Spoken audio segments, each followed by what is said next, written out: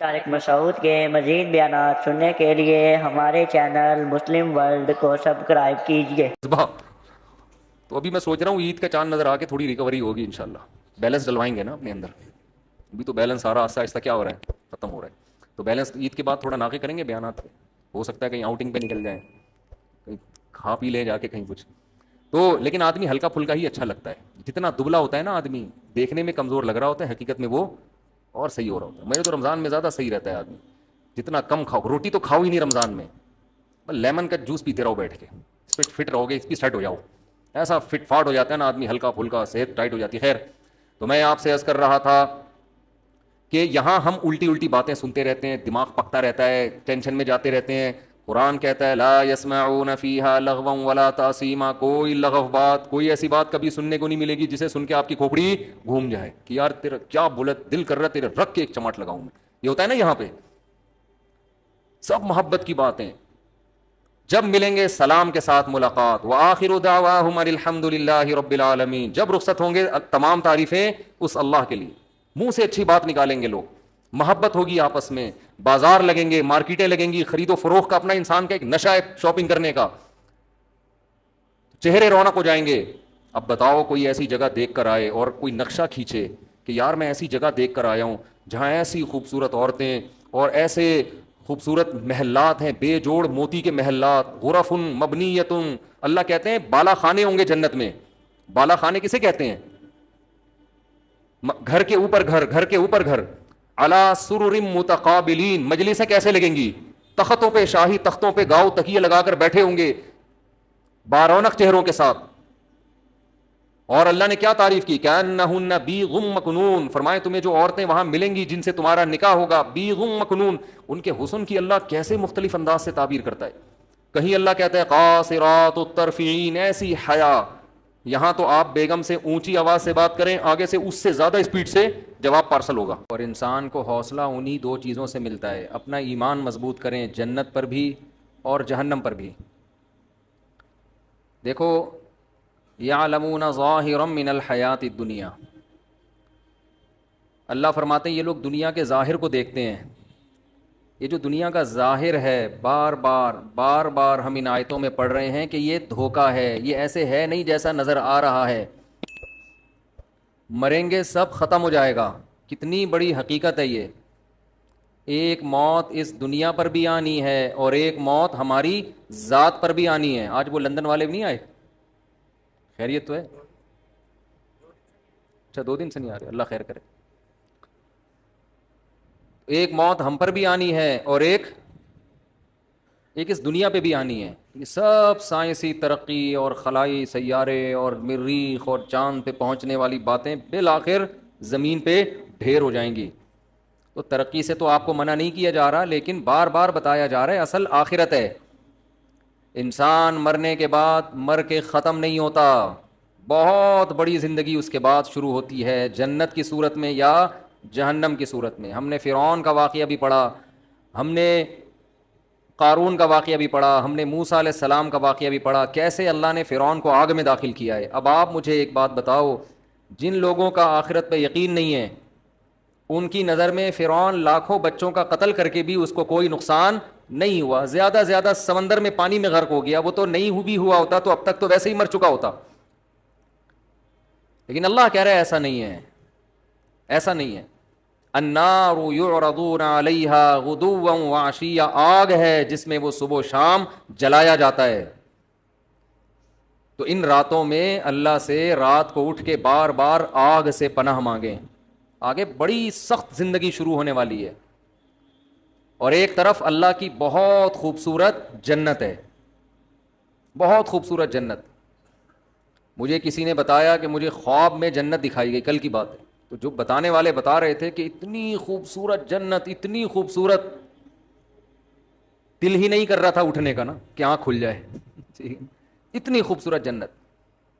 تو میں نے کہا کہ جتنی خوبصورت آپ کو خواب میں نظر آئی ہے نا جنت، اس کو 1 کروڑ سے ضرب دے دو پھر بھی کم ہے۔ تو بھائی یہ کچھ بھی نہیں ہے، یہ جو ہے نا یہ جو یہاں کی انٹرٹینمنٹ، یہاں کیا ہے، زیادہ زیادہ پیزا کھا لو گے نا، یہ انٹرٹینمنٹ ہے یہاں کی۔ کیا کر لو گے، بھوک لگ رہی ہے، بیف بریانی کھا لی، بوفے میں چلے گئے, کیا کھا لیا وہاں پہ, کتنی دیر کی لذت ہے. آپ کی پسند کی شادی ہو گئی, آپ کو آپ کی محبوبہ مل گئی, تھوڑے دنوں میں اس نے بھی بڈھے ہو جانا ہے, آپ بھی بڈھے ہو گئے. حضرت حکیم اختر صاحب رحمہ اللہ تعالی شعر پڑھا کرتے تھے, وہ پورا شعر مجھے اکثر یاد نہیں رہتا, آخر کا یاد رہتا ہے ہمیشہ سے, کہ ختم زندگانی ہوئی, کوئی نانا ہوا کوئی نانی ہوئی. یہ جو عشق تھا نا, یہ بالآخر نانا اور نانی پہ جا کے ختم ہوتا ہے. عاشق نانا بن جاتا ہے اور معشوقہ نانی. تبھی تو صحابہ کرام اس جنت کے پیچھے دوڑے ہیں. غزوہ احد میں صحابی گھمسان کی جنگ ہے, کھجور کھا رہے ہیں, پھر کہنے لگے یہ کھجور ختم ہونے کا زمانہ تو بہت طویل ہے اور جنت میرے بالکل سامنے, اتنا صبر نہیں ہوتا مجھ سے. وَكَأَيٍّ مِّن نَبِيٍّ قَاتَلَ مَعَهُ رِبِّيُّونَ كَثِيرٌ, قرآن کہہ رہا ہے کتنے ہی پیغمبروں کے ساتھ اللہ والوں نے مل کے جنگیں لڑی ہیں, حالانکہ یہ کمزور تھے, کم تھے, لیکن کس بیس پہ لڑی ہیں, شہادت ملے گی اور اللہ ہمیں جنت میں داخل کرے گا. اور پھر اللہ نے ان کو فتوحات دی ہیں. تو بھائی اس جنت کے لیے کچھ لالچ پیدا کرو اپنے جسم کے اندر, اپنی باڈی کے اندر, دل میں لالچ پیدا کرو. اگر آپ کو جنت کا شوق نہیں ہے, خوب سمجھ لو, پھر اللہ کو بھی آپ کو جنت دینے کا بالکل بھی شوق نہیں ہے. ہمارے حضرت ایک بات فرمایا کرتے تھے کہ یہ جو لوگ کہتے ہیں نا کہ اللہ کو ہم سے بہت محبت ہے, فرمایا اتنی ہی ہے جتنی آپ کو ہے اللہ سے. ہاں آپ کم کریں گے اللہ زیادہ کر دے گا, لیکن اگر آپ کو نہیں ہے تو اس خوش فہمی میں نہ رہیں کہ اللہ کو پھر آپ سے محبت ہے, وہ مستغنی ہے. تو آپ کے دل میں اگر جنت کی لالچ نہیں ہے, شوق نہیں ہے, تو پھر اللہ کو بھی آپ کو جنت دینے کا کوئی شوق نہیں ہے.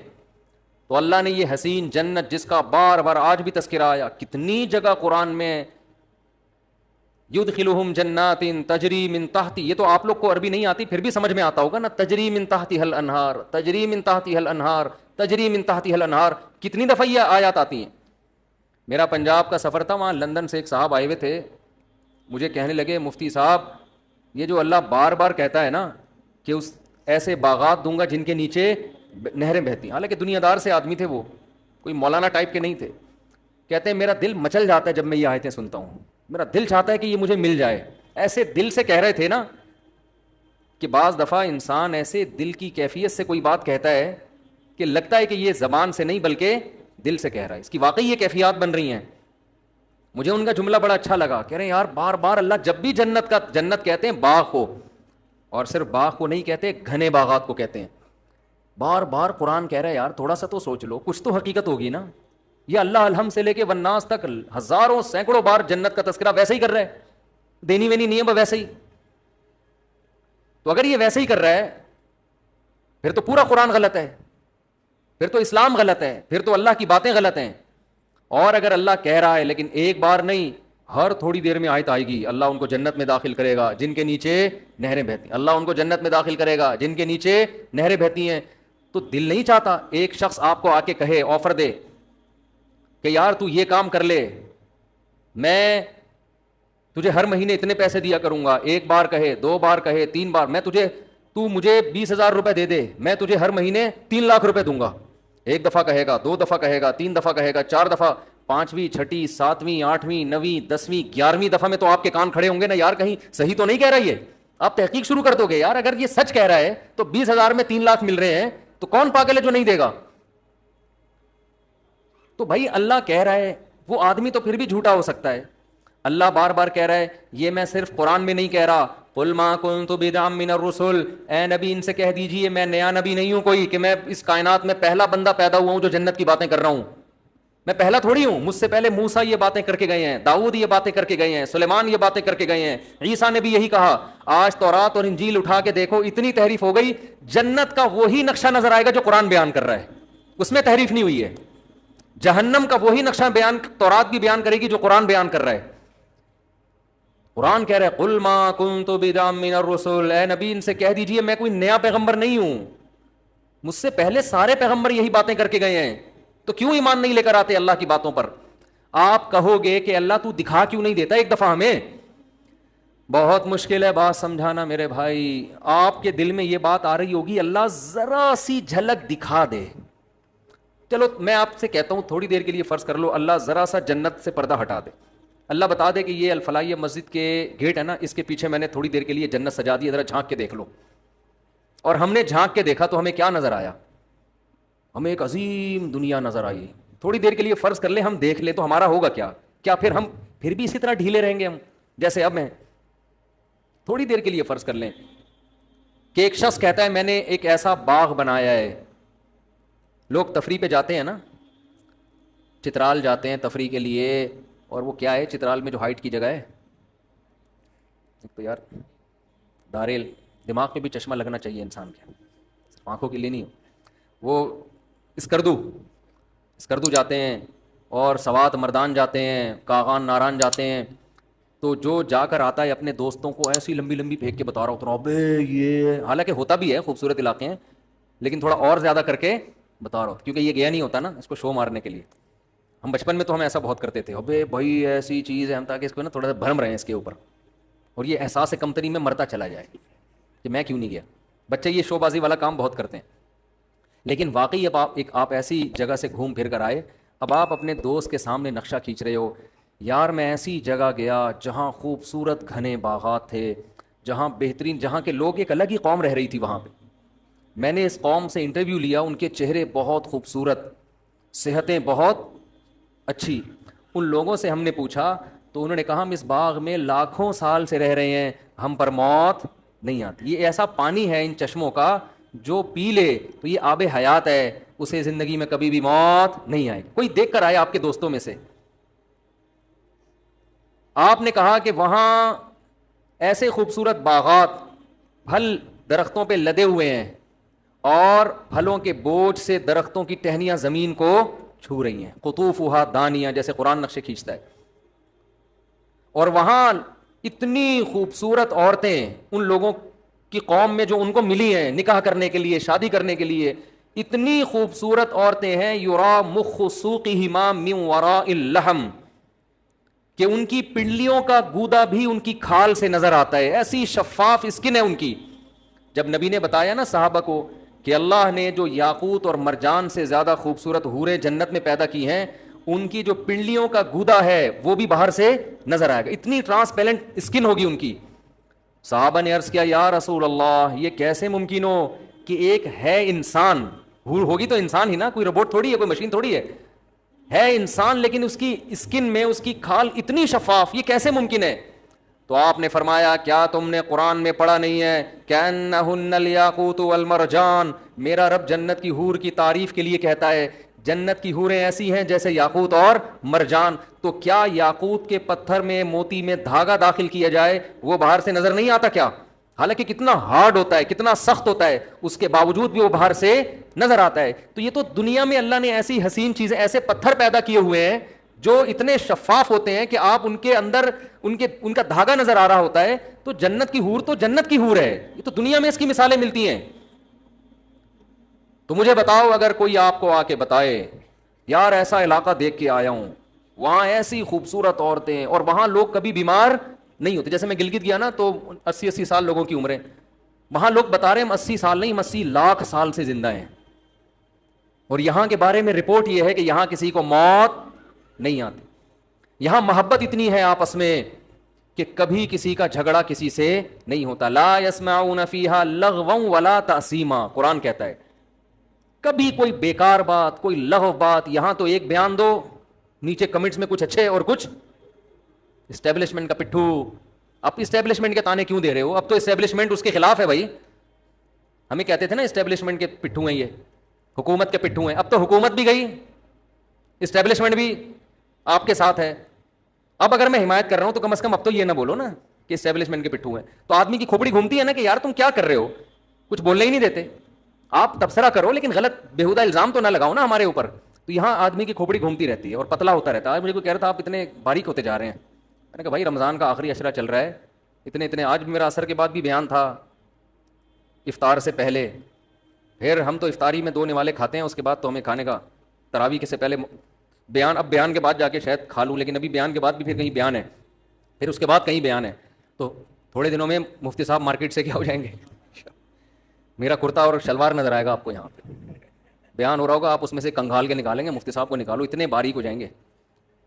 باتیں 4 شادیوں کی, صرف جذبے رہ جائیں گے. صرف کیا رہ جائے گا؟ وہاں کیا قرآن کہہ رہا ہے کہ جو حور ہے جنت کی قاصرات الطرف عین، بڑی بڑی آنکھوں والی، آئینہ، آئینہ کہتے ہیں بڑی آنکھوں والی، اور قاصرات الطرف نظر کو جھکانے والی. اور قرآن کیا کہتا ہے؟ حور کسے کہتے ہیں عربی میں؟ حور کہتے ہیں سفید رنگت والی، حورا کہتے ہیں، اس کی جمع حور آتی ہے. اس کی آنکھوں کی سفیدی انتہائی سفید، اور اس کی جو آنکھوں کی سیاہی ہے، جو پتلی ہے، وہ انتہائی سیاہ. کیسے اللہ تعالیٰ اس کے حسن کا نقشہ کھینچتے ہیں. اور قرآن کیا کہتا ہے؟ ایسی شفاف کأنہن بیض مکنون، جیسے چھپائے ہوئے انڈے ہوتے ہیں نا، پرندہ گھونسلے میں انڈے دے کے اس پہ گھاس ڈال دیتا ہے کہ اس پہ گرد و غبار نہ آئے. تو اللہ کہتے ہیں میں نے ایسے ہی ان حوروں کو جنت کے مشک و عنبر کی مٹی سے بنا کے خیموں میں محفوظ کر دیا ہے. لم یطمثہن انس قبلہم ولا جان، کوئی انسان اور جن ایسا نہیں ہے جس نے ان کو کبھی چھوا ہو اس جنتی سے پہلے. جنتیوں کے لیے اللہ نے محفوظ کر دیے ہیں. اللہ کو پتا ہے یہاں کون جنت والے اعمال کر رہا ہے. اللہ ان اعمال والوں کے لیے پہلے سے ان کے لیے انتظام کر کے رکھا ہوا ہے اللہ تعالیٰ نے. انا انشاناہن انشاء، اللہ فرماتے ہیں ہم نے ان کو اسی مٹی سے بنایا ہے. فجعلناہن ابکارا، ہم نے ان کو ہمیشہ کے لیے کنوارا بنا دیا، ہمیشہ کے لیے. تو کتنی اللہ قرآن میں تعریفیں کر رہا ہے. پھر جنت کی شراب کی تعریف قرآن کرتا ہے.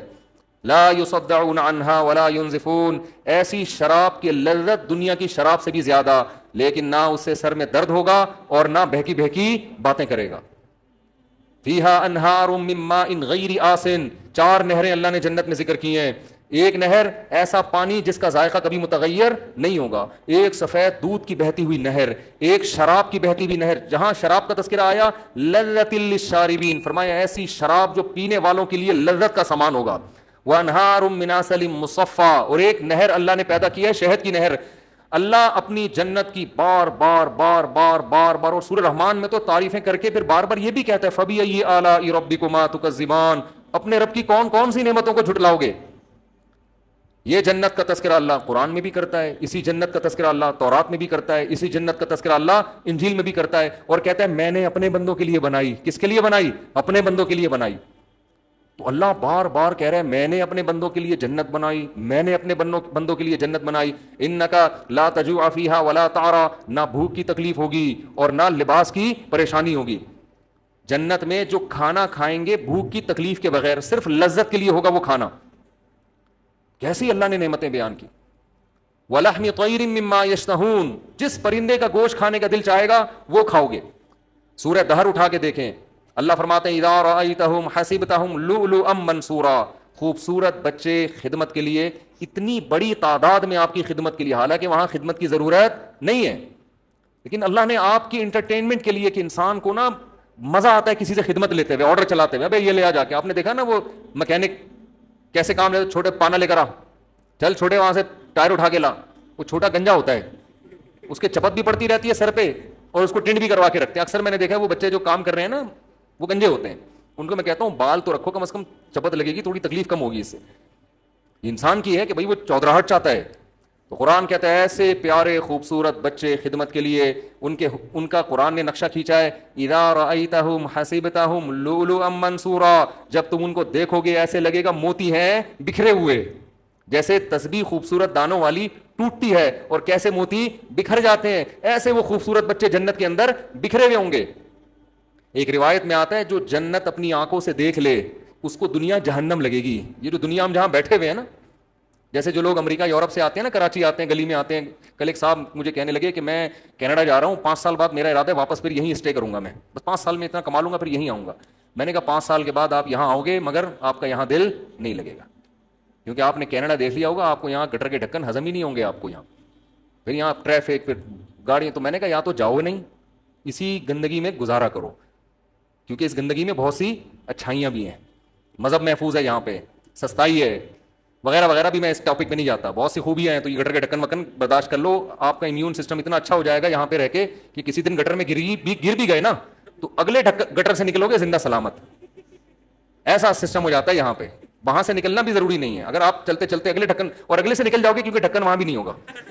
یعنی یہ بھی ٹینشن نہیں ہے کہ میں یہاں سے آگے چلا گیا، پیچھے سے پانی کا پریشر آیا، نکلوں گا کہاں سے، کوئی بات نہیں، اگلے ڈھکن سے نکل جاؤ آپ.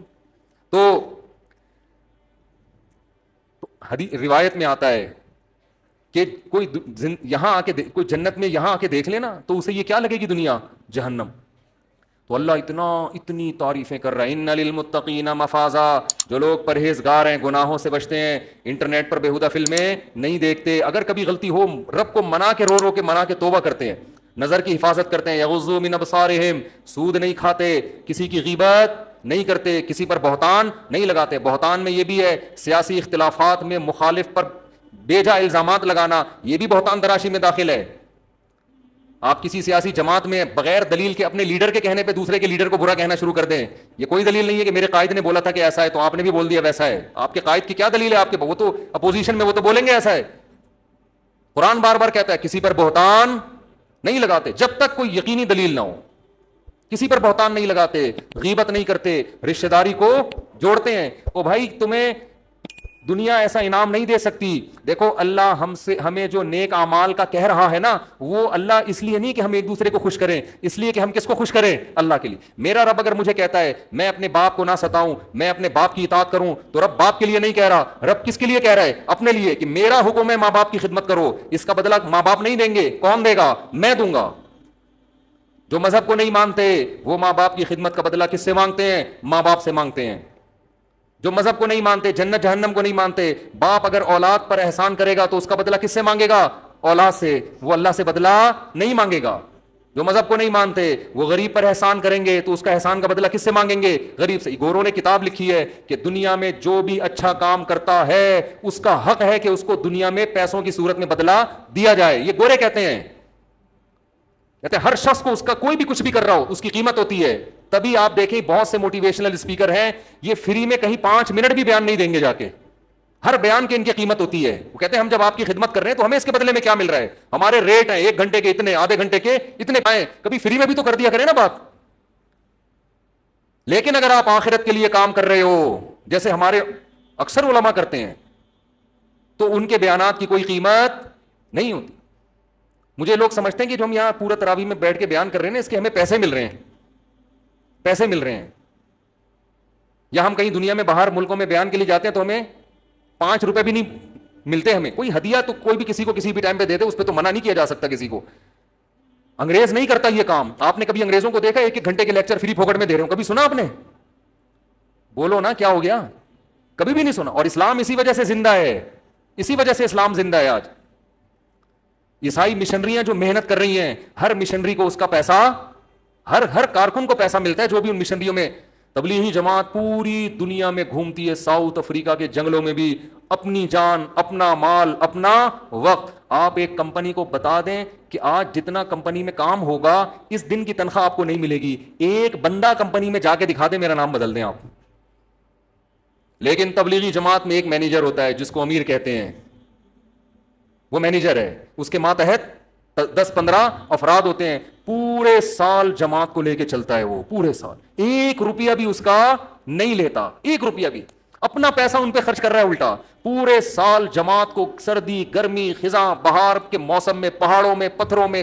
طارق مسعود کے مزید بیانات سننے کے لیے ہمارے چینل مسلم ورلڈ کو سبسکرائب کیجیے. گاؤں میں, دیہاتوں میں, ایسی جگہ جماعتوں کو لے کے جائے گا. واش روم میں ٹوٹے ہوئے لوٹے, ٹوٹے ہوئے واش روم, بڑے بڑے امیر گھرانوں کے لوگ, آرمی کے بریگیڈیئر کرنل جیسے لوگ اس کے ماتحت ہوتے ہیں امیر کے, اور وہ امیر وہ 5ویں پاس بھی نہیں ہوتا. کیسے بہترین نظام کے تحت پوری سال جماعت کو گھما کے واپس لے آتا ہے. جب واپس آتا ہے تو کوئی ہار پھول لے کے استقبال کے لیے کھڑا نہیں ہوتا کہ اللہ کی راہ میں سال لگا کے آیا ہے. یہ کہاں سے, یہ کیوں ہو رہا ہے بھائی؟ یہ کوئی دنیا میں تصور کر سکتا, کوئی گورا انگریز تصور کر سکتا ہے اس کا؟